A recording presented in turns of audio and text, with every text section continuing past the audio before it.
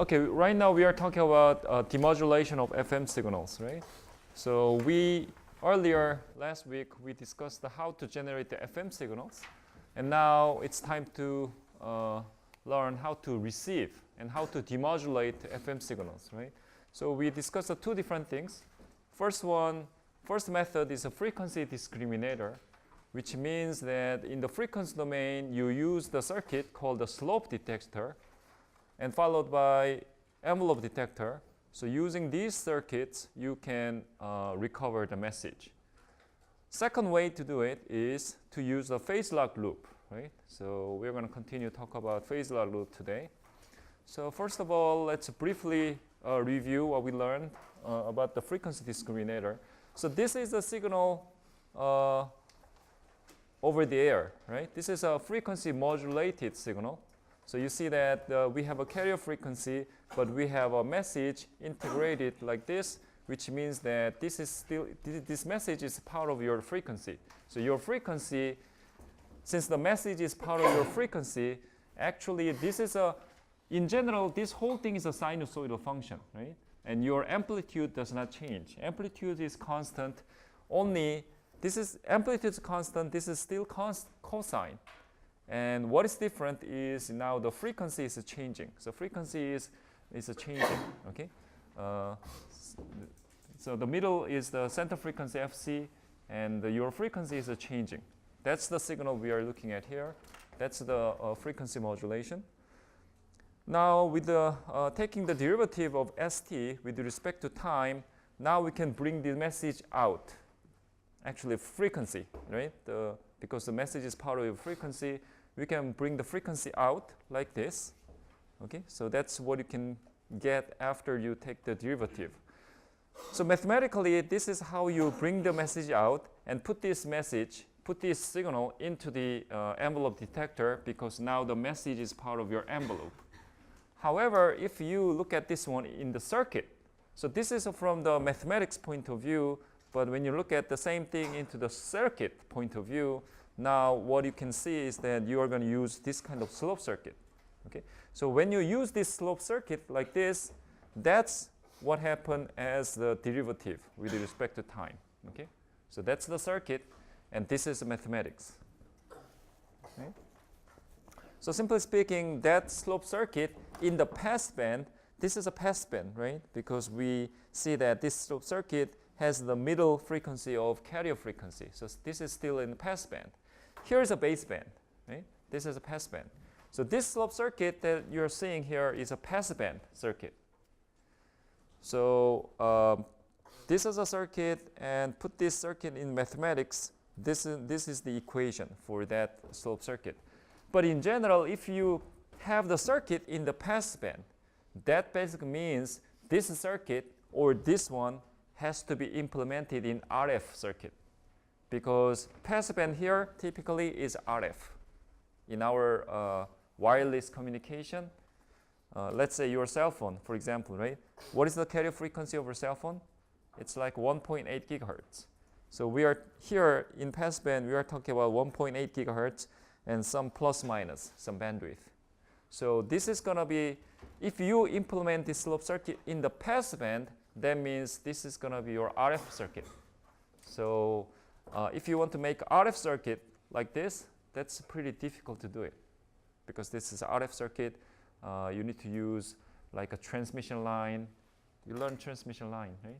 And some of the passive circuit and things like that. So it's not easy. But anyway, that's what happened here. That's a slope circuit.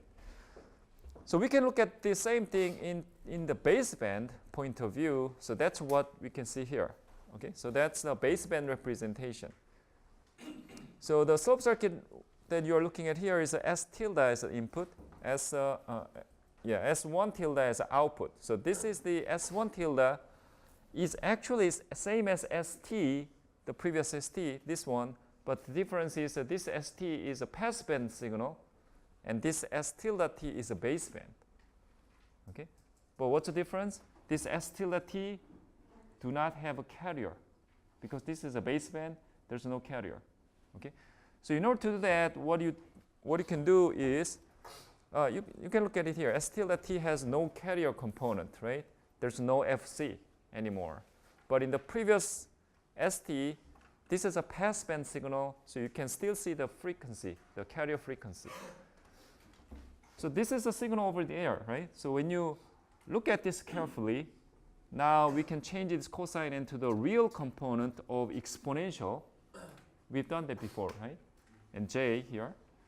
And then separate the carrier component with the message component and drop the carrier component and only get the message component, right? That's how you get this.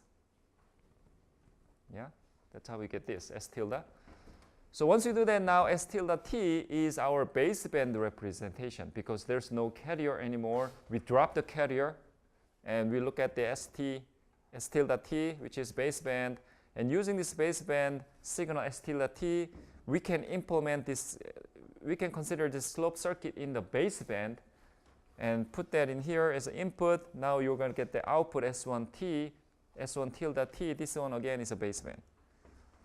Okay, so this is a baseband representation. So as you can see, but basically same thing.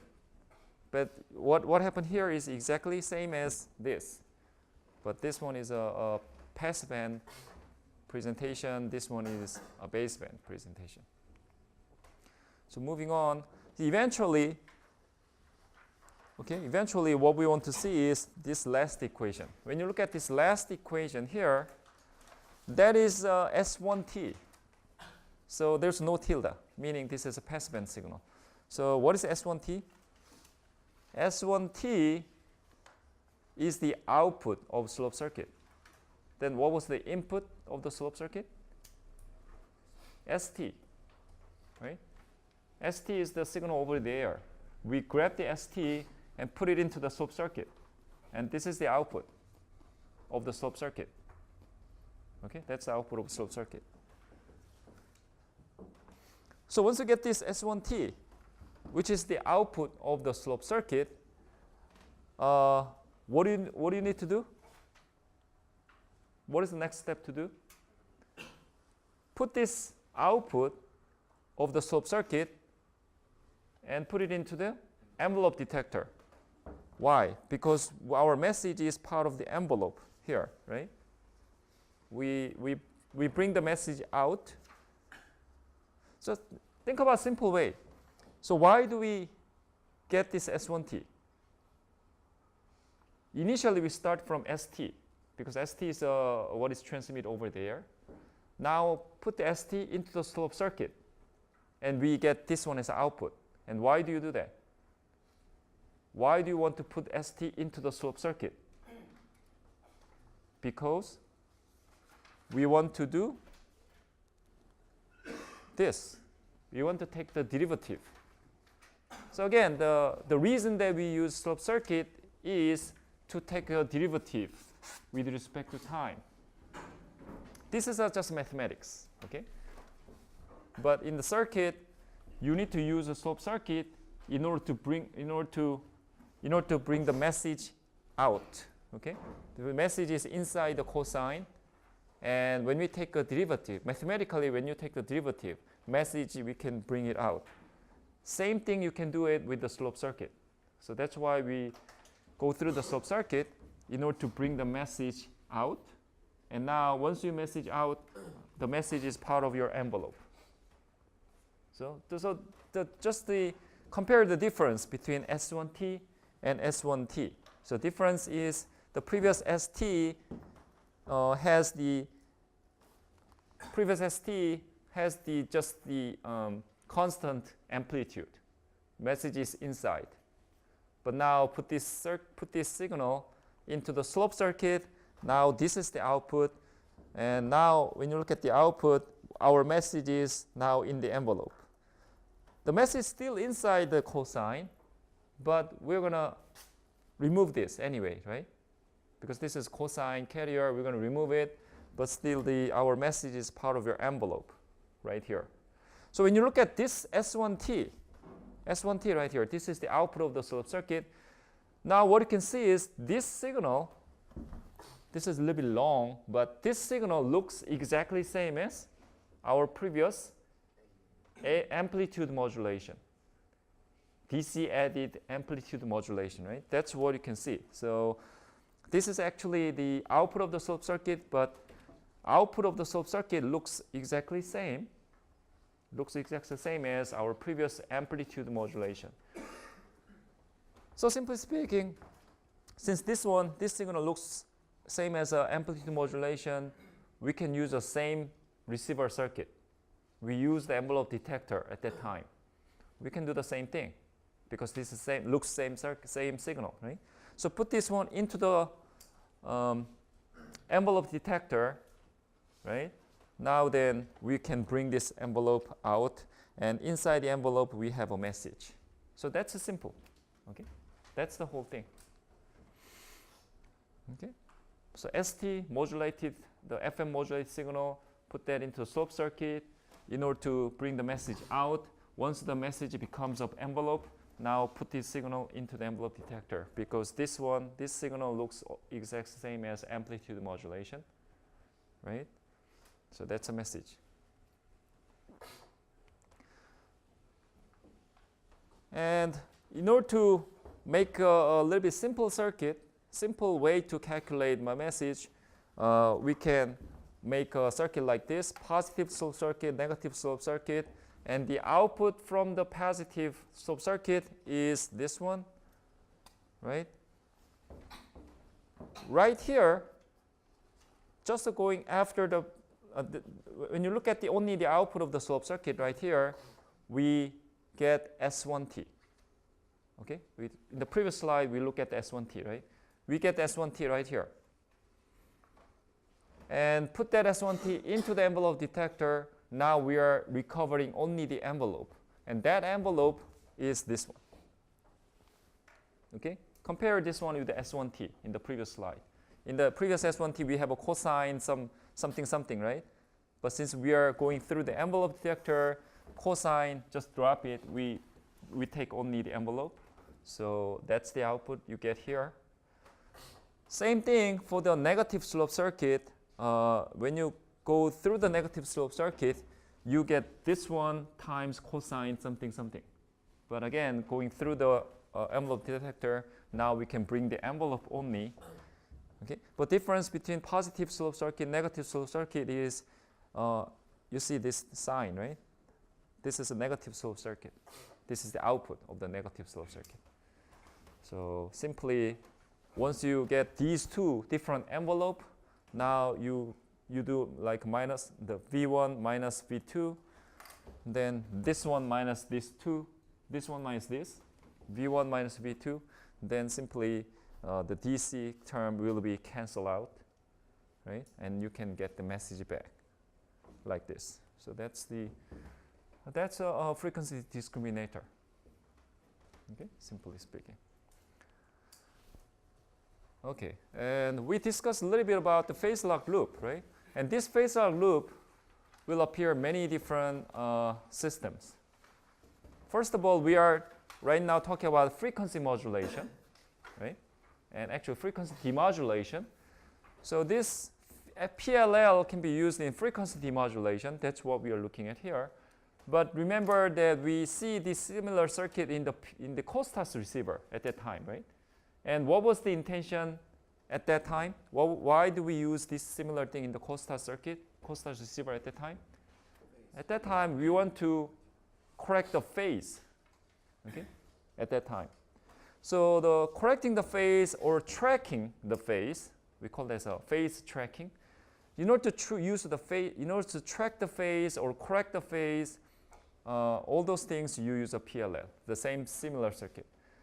And in this scenario, we are actually doing the same thing. We are trying to track the phase. Same thing, actually. And some other times, you can use the frequency mixing. You can still use a PLL. So PLL is used in many different scenarios. So that's why this is important. And when you look at a little bit more detail, you can see the analog PLL. You can also see the digital PLL. And there are many different circuits, many different ways, many different types of PLL. So what we are looking at here is probably it's the simplest circuit for PLL. Okay, but there are many different PLLs, complex and more advanced PLL. There are many of them. Okay? So the basic components of PLL is you need to have a VCO. That's the most important part of the PLL. VCO, you always have a VCO. And you always have a low-pass filter. It says a loop filter, but this loop filter is a low-pass filter type, okay? Low-pass type. So we always have these two. And in addition to that, we have one more thing. Here you are seeing multiplication, but typically we use this multiplication in a mixer, right? We learned the mixer. Remember the frequency mixer? In the frequency mixer, you have two things. What do you have? You always, in the mixer, you always has this kind of thing. Also, some kind of filter. It can be bandpass filter. Because when you use a multiplication, frequency multiplication, right? Let's say these two different frequency can be the same frequency or the different frequency. It doesn't matter. Let's say this is a F1 frequency, this is a F2 frequency. Then when you mix these two, the output is going to be F1 plus F2 or F1 minus F2. We get two different frequencies, right? So typically you have a filter. So because you want only one frequency. So you put some band pass filter or some low pass filter in order to remove one of them, and you want to keep only the other one. So since you get two different frequencies here, you need to remove one of them, right? So in order to do that, you have a filter. Always. The mixer always has this thing and filter. Similar thing here, right? You have a VCO, you have a filter, you have a mixer type of thing. Or sometimes we replace this as the frequency, the phase tracker, sometimes. But anyway, here in the simple circuit, we have these three blocks. So VCO, multiplier, and some loop filter, but loop filter is a low-pass filter type. Okay? So we always have those three. Here's a little bit simple mathematics about this VCO. But simply speaking, here's what happened. We have an input. ST is, let's go back. ST is the input here, right? And RT is the output of the VCO. But from the mixer point of view, from the multiplier point of view, we multiply ST with the RT, right? We are basically multiplying these two, ST and RT. And ST is our FM signal. FM transmitted signal. So that looks like this, right? You see cosine instead, earlier you see cosine, right?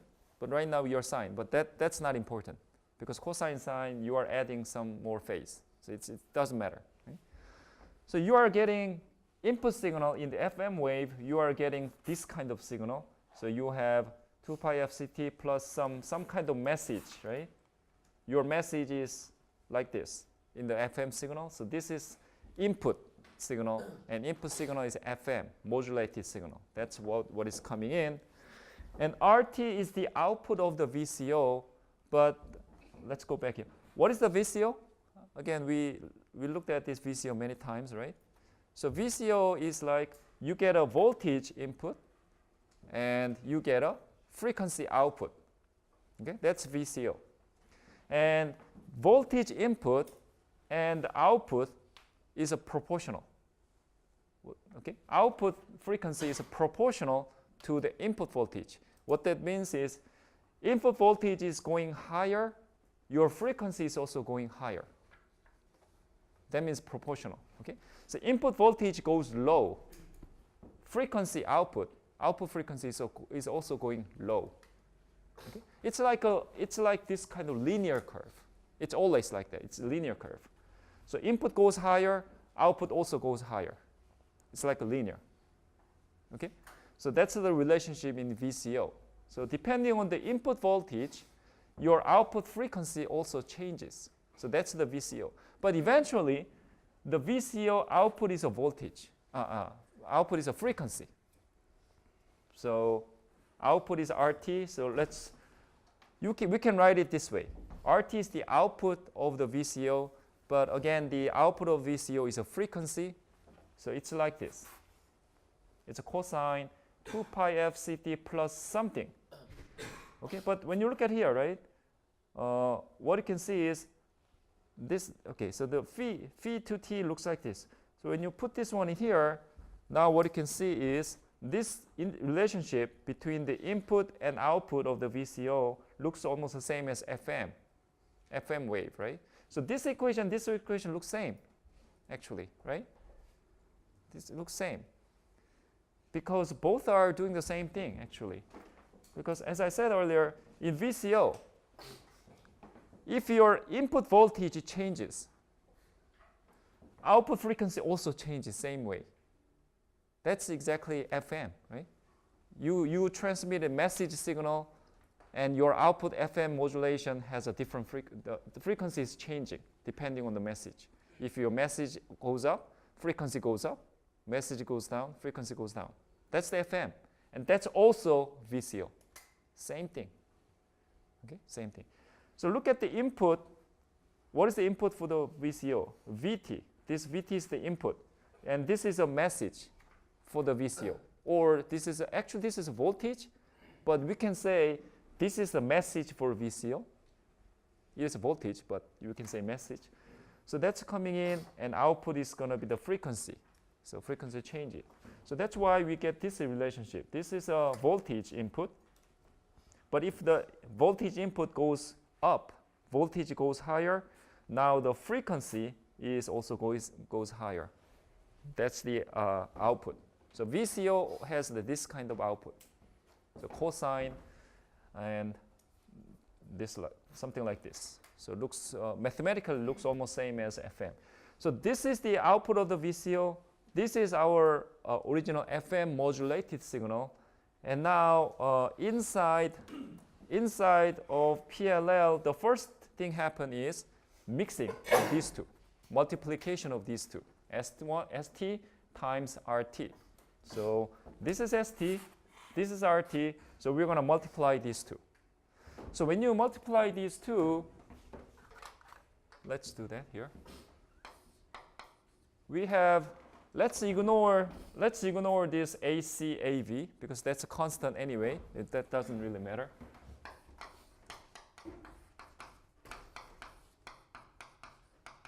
So that was ST multiplied by RT, and our RT was cosine like this. We do this many times before, right? We did many times. And we always use some identity and change this into sine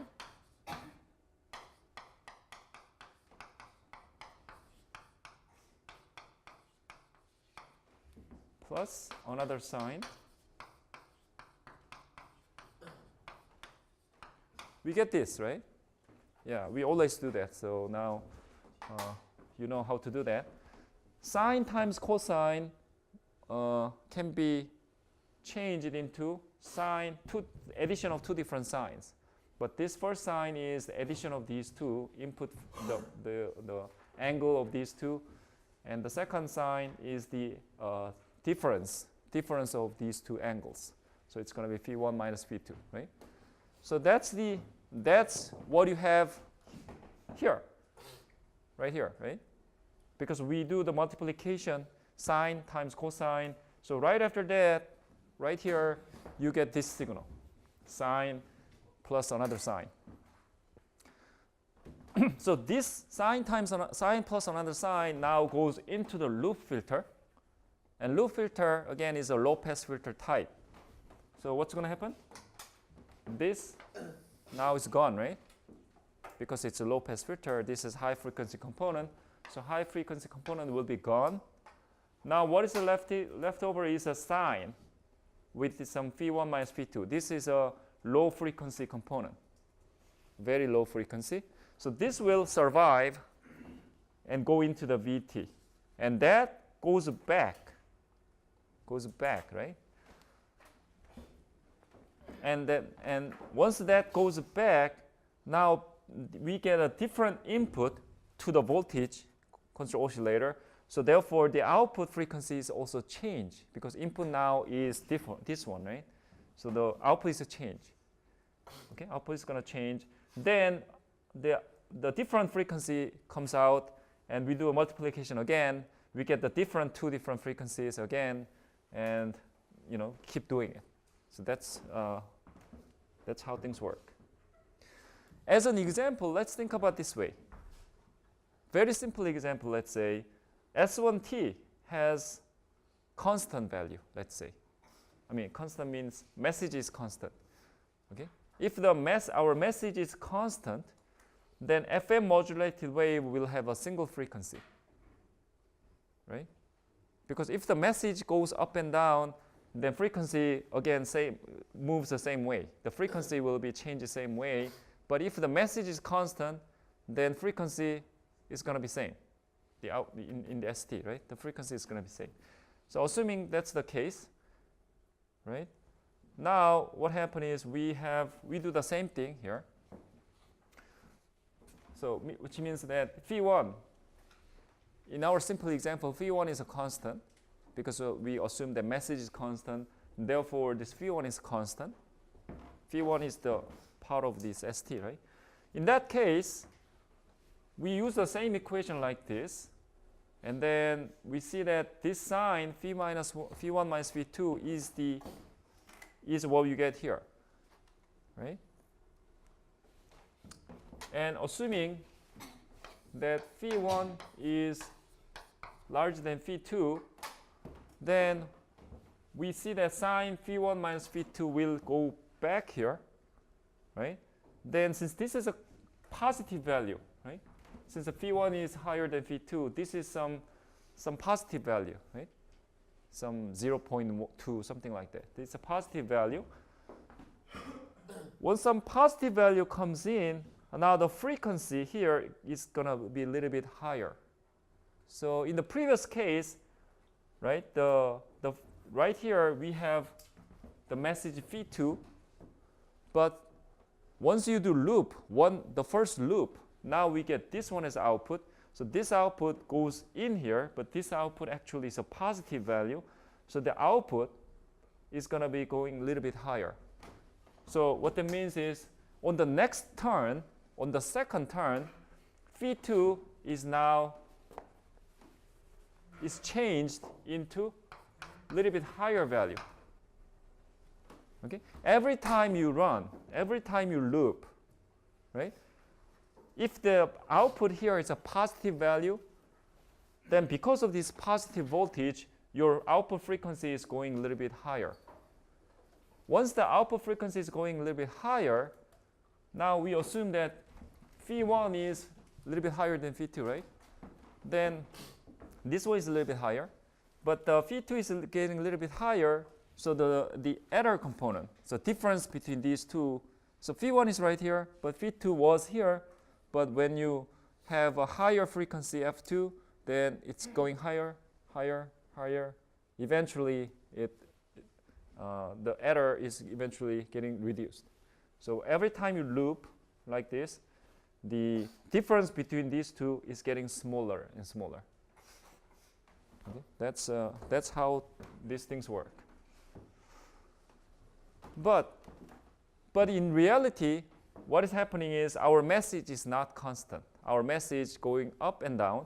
So this ST has the frequency, but this frequency also is changing like this, right? That's what we have here. Right? This one is a function of time. So as time goes, your message changes. So therefore the frequency changes. In that case, let's take a look at here.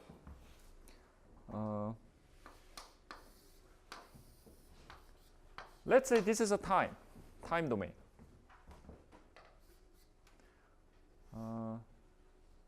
And let's say this is a frequency domain. This y-axis is a frequency domain. And here in the middle point is the Fc. And somewhere here is, let's say, Fc plus delta, Fc minus delta, something like this. Okay.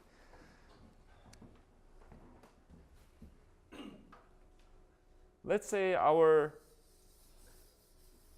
This is our signal, ST.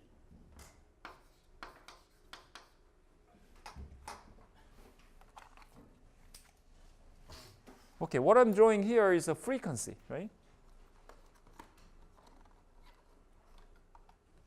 But in fact, the frequency, we are talking about FM signal, so the frequency change here looks same as the message. So in other words, okay, let me put it this way. This is time domain, and our message, let's say our message MT looks like this. This is our message. So what is the output in this case? I mean, what is the y-axis in this case? It's like a voltage. Okay, it's like a voltage. Amplitude. Okay, this was our original message. Right? Now put this message into the FM modulator. Into the FM modulator. So I'm talking about transmitter, right? In the transmitter, put this message into the FM modulator. Then you're going to get ST. Right? ST is the output. ST is the frequency modulated signal. So message put it into FM modulator at the transmitter, you're going to get ST. This ST now transmitted over the air. But this ST will look like this. What I'm drawing here is the same message. Yeah, it is the same, okay? Same message. But in the earlier, what I'm saying is this one output, I mean the y-axis is the voltage because this is message. But what I'm drawing here is the y-axis is the frequency. Because that's a FM, right? FM signal is the change, is to put this message into the frequency. That's the FM signal, right? If the message goes up, frequency goes up. Message goes down, frequency goes down. So that's why it looks same, but only the y-axis changes into the frequency. So that's FM. You understand what I'm saying, right? So this is our ST. Now let's use this ST, put that in here, and do this PLL. Now we are going to get the output here. And let's take a look at what this output looks like. Earlier, I mean in the first loop, there's a 0. 0 will come here, right? Because at the very first time, nothing here, so you get a 0. If you get 0, this VCO will give you output as a reference frequency, which is FC. So initially, you get FC, okay, initially. So let's say initially, you will get an FC, this point. But once you get an FC, and then multiplication, and you get some 2 frequency, and remove the high frequency component, eventually you get this, right? This.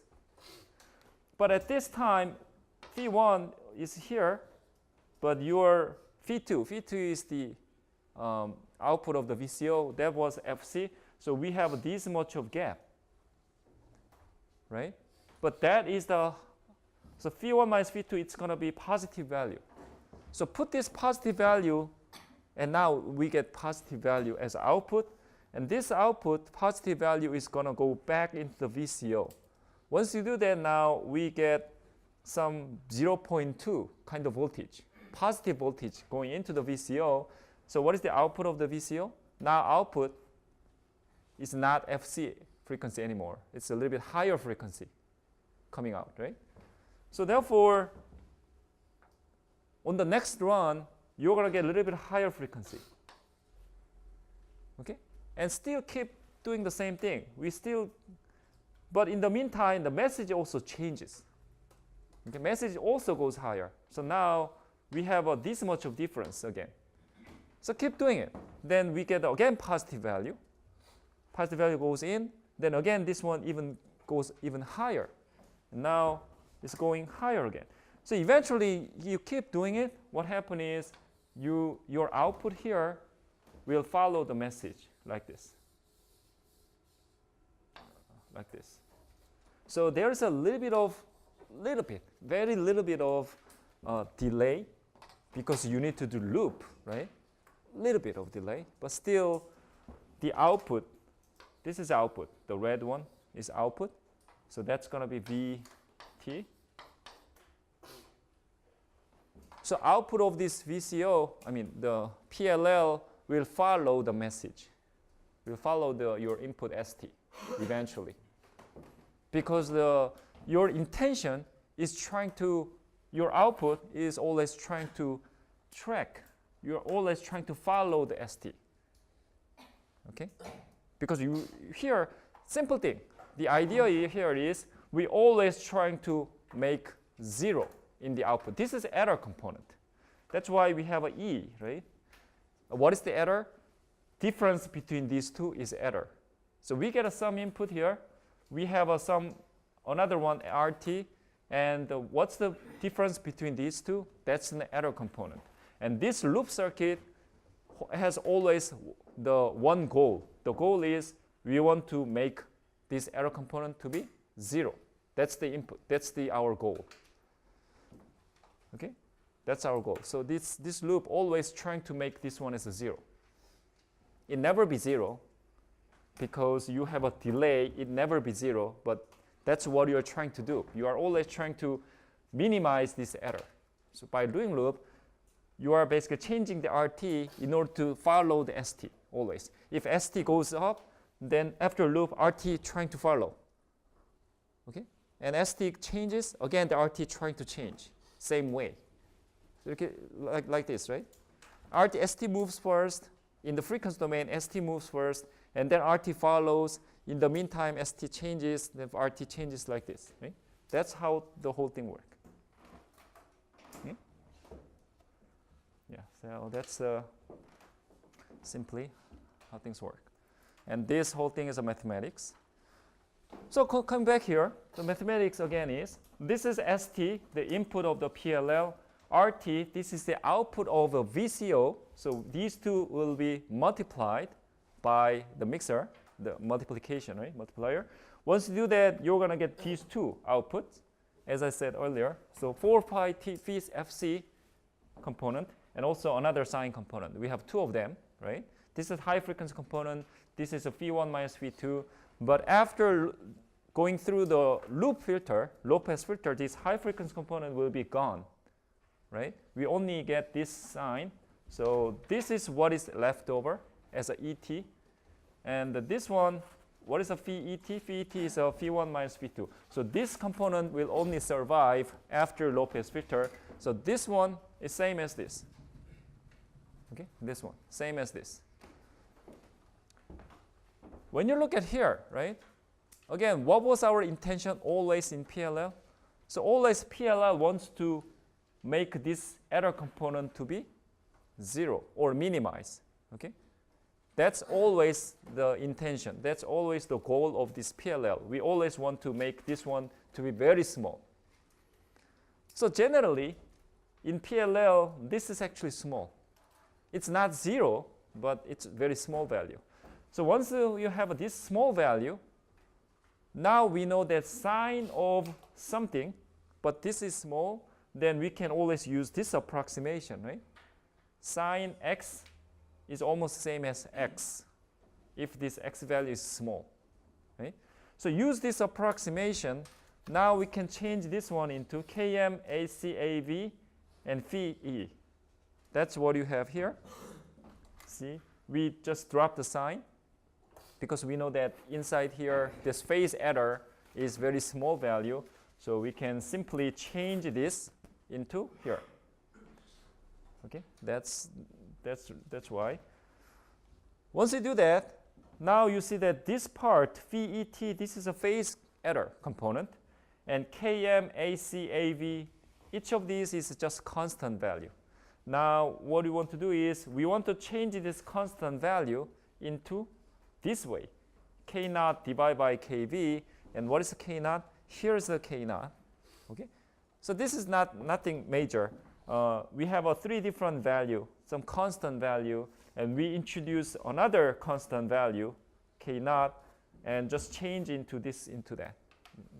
You know, nothing major. Okay. And the reason that we want to do that is we want to call this K naught as a loop gain. Okay, we call this one as a loop gain. So that's why. But this is again just constant value, some value. Okay. On the next slide, what I'm trying to talk about here in this slide is a general theory about the linear feedback. So you see that a theorem in linear feedback theory, right? So this is not really about PLL.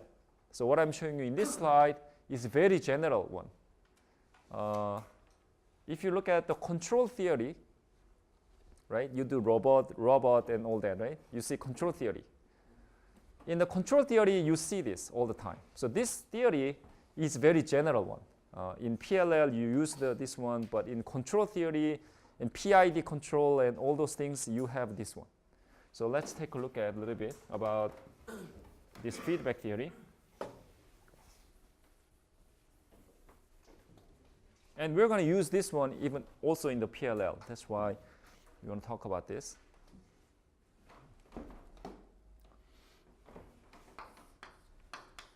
Okay, let me.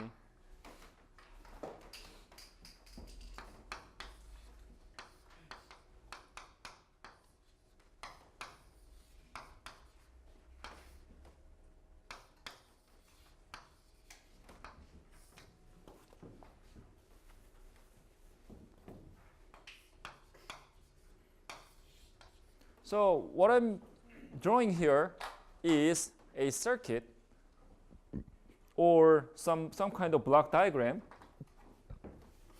But in general, this is not linear, right? What is a linear system? Generally, linear system looks like you have input and you're going to have output like this, right? And output always has some kind of relationship like this, right? There's no square. In that case, it's not linear, right? So simple relationship like this is a linear circuit, like a linear system. But in this case, it's not linear because you have a feedback. Once you have a feedback, it's not linear anymore, right? That's what you see here. Same picture here. But what I'm trying to talk about here is we can make this system actually is not linear, but in a certain cases, we can change this into linear system. And that's what I'm trying to tell you how to do it. This is not linear, but we can see how we can do it. So in order to analyze this system, in order to look at this kind of system, you see this system all the time. We are looking at this system in the PLL, but again, the PID control, many different ways you see this kind of system. Okay, looping, feedback system. So in order to do that, let's call here as a Z. Okay. Then now what you can make is that you can make these two relationships. So let's take a look at that relationship. Y here is a function of Z, right? And it's simply like this. So we have a Z right here, and Z times mu is going to be Y. Okay, that's the relationship simply between Y and Z, only between these two, right?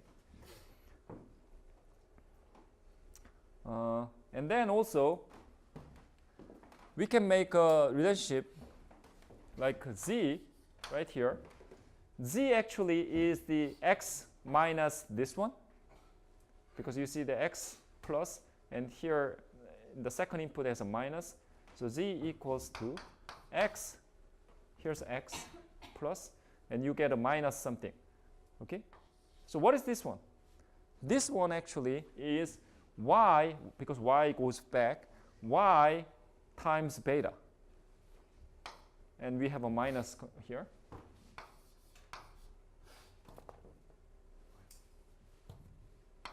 So it's like this. So we can set up two different equations from this system, feedback system. Okay? So just separate this and make one relationship. And considering the feedback one, make another equation. So we can make two different equations like this, right? Once we know this one, now what you can do is we can put this together to make one equation. Simply, right? So let's do that. Maybe you can do it another way. You can do many different ways. So here we have a z, because eventually what we want to get is the relationship between x and y, right?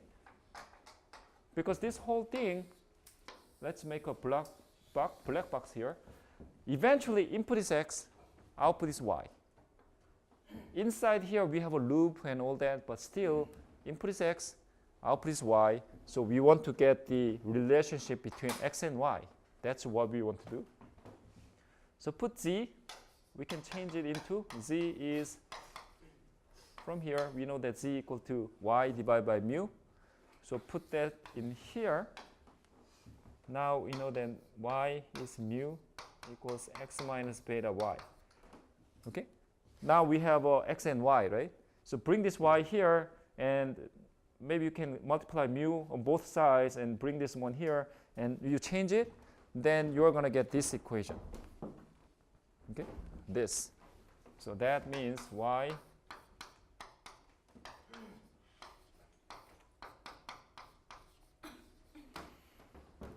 okay, that's the relationship. So that is our input-output relationship of this block, of this system. So we always use this equation, this relationship, right? Y divided by x, right? Y divided by x. So that is actually same as y equal to this times x. So now what can you see? What you can see is this is some constant value. So y equal to ax type of equation, right? Some kind of equation like this. That's what you can see here. That's the relationship of input and output.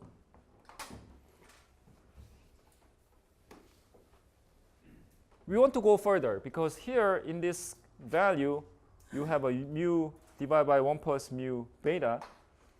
So now what we can consider is this mu. This is, we call this a feed forward. This is a feedback. Okay? Feedback, feed forward. So this feed forward gain, mu, we want to assume that the mu is pretty high, pretty large value, like a larger than 1, much larger. In that case, when you look at this value right here, right? If the mu is very large, then on the bottom here, 1 plus mu times beta, but mu is very large, so 1 can be ignored, right? Because 1 plus doesn't matter, right? So let's remove that 1 because we assume that mu is very large value. Once you do that, now we know this one, and mu can be canceled out. So therefore, eventually, once you assume this, eventually, you're going to get this. Okay? Eventually. That's what you see here. So what does that mean?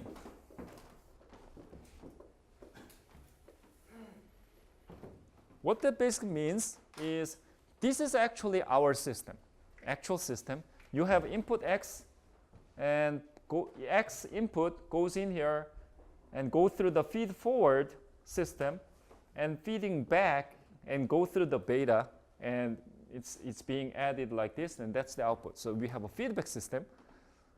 But if we assume that feed forward has some large gain, now we get this relationship. And this relationship, what that means is we have x.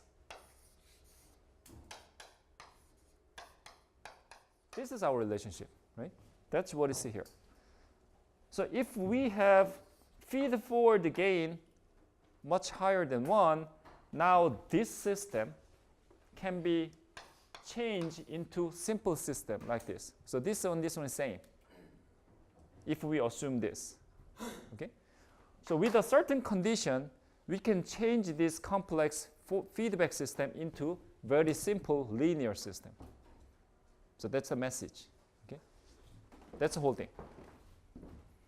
So this is original system, but with a certain assumption, we can change this into this kind of very simple system. Okay, that's the idea of linear feedback theory. That's what is writing here. Okay, what is written here. Now let's take a look at our system. So this is a general system. Okay, general. As I said, control theory, PID control, and everywhere you see this system. So same theory still applies. But in our PLL, let's take a look at in our PLL. This is our PLL structure. Our PLL. Maybe you can see that this looks a little bit different from the previous one. But let's go back here. This one is same as this one. Why is that? Let's take a look at the bottom. What do we have here? On the bottom, we have a VCO. We have a VCO, right? Right here. And when you look at the input-output relationship, what's happening in VCO is put this message into the integration, and you're going to get V2T. That's what is happening inside the VCO. So look at the relationship between V2T and the V tau. V tau is the input to the VCO. So that's what's happening in VCO. So 2 pi kf, kv, just constant, and then integration. So bring these two and put it here. 2 pi kv, just multiplication because this is constant, and integration. And our input is Vt. So that is actually same as a VCO. Same way here, HD, this is a loop filter, low pass filter. Okay? And now what we have here is actually loop gain. In the previous slide, we introduced a loop gain like this, right? And we changed here as the error component. Actually, error is same as K0 divided by Kv and phi Et, right? We see that this relationship right here. This is a relationship, and put the same relationship here, right? So phi Et and multiply by K0 divided by Kv, that's the E. So Et, simply speaking, Et equals to this times that. That's this, right? Et is the same as this times that. Same thing. So this whole thing actually is same as our previous PLL. Okay? And we know that this PLL actually has the same structure as our previous feedback, like that, right? And what is a beta in this case? This one is a beta. Just compare this with this. This one is a beta, feedback. And up here, we have a feed forward. And in order to change this this general feedback model into this linear system, what was the condition? The condition is this. Feed forward gain should be a little bit large. And what is the feed forward gain in this case, in our PLL? This one. So therefore, our assumption here is loop gain, K0, this is loop gain, right? We want to have this loop gain to be large value, something large, much larger than 1. Okay, that's what we want to do. We want to put this K0 pretty large value. Once you put this K0 to be large value, okay, I'm talking about the design. Okay, when you design this, you want to put this large gain, you want to put the loop gain to be large. Once you put the large gain here, now what's happening? This whole thing is now changed into this. And what is this? This is same as this. So right here, actually, this is a 1 over beta. What is a 1 over beta? This is a inverse of beta, right? Inverse. So think about this is a beta. And what is the inverse of this? This part is constant value. So inverse is 1 over 2 pi kv. That's what you see here. Okay. What is the inverse of integration? Differentiation. Okay. So this one is a beta. So take a 1 over beta is going to be inverse of this. So simply this one, the whole thing is now changed into that. And we get the same input, same output. So now we are going to use this kind of linear model. This is the original one, but once you assume that loop gain is large, once you design it that way, the whole thing now is simplified into this. Okay, so that's eventually, that's our system in PLL. Okay, pretty simple now, right? Pretty simple. Okay, then we see that this is the input, phi1t, we have an output vt, we have a very simple relationship. So let's put this relationship in mathematics, then you're going to get this. So our input is a phi1t, and you take a derivative and multiply by 1 over 2 pi kv as a constant, you're going to get the output. So this relationship right here is the simple input-output relationship based on that simplified block diagram, right? Okay, you understand that? So going back here, this is what I'm talking about. Okay, this is what I'm talking about. We have this simple relationship between input-output, right? So put this one in mathematics, we're going to get this equation. But what is a phi1t? Phi1t, actually, this phi1t is the message part of our ST. So let's go back and where you can find the phi1t. Here's a phi1t. And phi1t is actually the phase component of our transmitted signal, of our FM signal. So phi1t actually is this one. We have a message inside the phi-t. Okay? Message is inside here. So 2 pi kf times integration of message. That was a phi1t. So bring this phi1t into right here. Then you're going to get this second equation like this. Right? And message is right here inside the integration. But outside of that, we have a differentiation. So integration and differentiation kind of cancel out. So message will come out. Eventually, you're going to get this. And what is this one? That is the output of the PLL. So now, eventually, we get the whole output of the PLL. And it looks like output of the PLL looks exactly the same as our original message MT. Okay? This is what we want to get, right? And we already got it here as a message.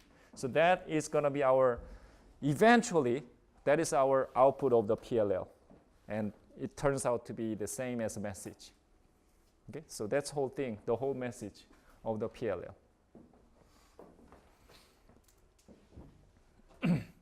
Okay? The next thing here is not that important one, but this one shows you one example. But this is something different. This is example of some example. So let's go to the picture. So what this one shows is that is FM stereo multiplexing. So what is the FM stereo? You know the stereo, right? And stereo, everywhere these days we use a stereo. But what is the different system? What is the opposite of stereo? There's a mono system. So what's the difference between those two? In stereo system, like in left, when you have a headphone, right? You can hear different music in left and right. That's a stereo. So how does it work? But okay, here's a condition. Let's say in FM transmitter, they transmitted stereo signal. But let's say in my cell phone, only, let's say I have an FM receiver, and my FM receiver is a mono receiver. Then what happened? You cannot hear anything? You can still hear, right? But how you can hear? Because my receiver is FM mono receiver, what happened is you are receiving the same music on both sides. Okay? So, okay, what I'm saying is when they transmit FM stereo. So if you use the FM stereo receiver, then maybe you can hear guitar on the left and drum on the right. Something like that, right? Okay, so that is the intention. But let's say another person used the FM mono receiver. In that case, what happened is on both sides, you hear the guitar and drum all together. So how does it work? in this FM stereo, right? Let's say this is a transmitter side. At the transmitter, they are transmitting two different sounds. Here's a guitar sound. Here's a drum sound. And they modulate it different way and mix it and send it. And now let's say if you have a mono receiver, that means you capture only one, right? You get only one. That's mono. Stereo, it's two, right? Two channel. But mono means one channel. So if you have a mono receiver, you're gonna get only one channel, right? Then we have a two channel. First channel guitar sound, second channel drum sound. But if you have a mono receiver, what's happening is you're gonna get only one channel. Then you're gonna get only guitar sound or drum sound. Okay? Then that's not what we want. So that's what's happening here, right? So how does it work is at the transmitter, they mix it. You see that the guitar sound goes here, and also drum sound is added. Both are added. And that's the first channel.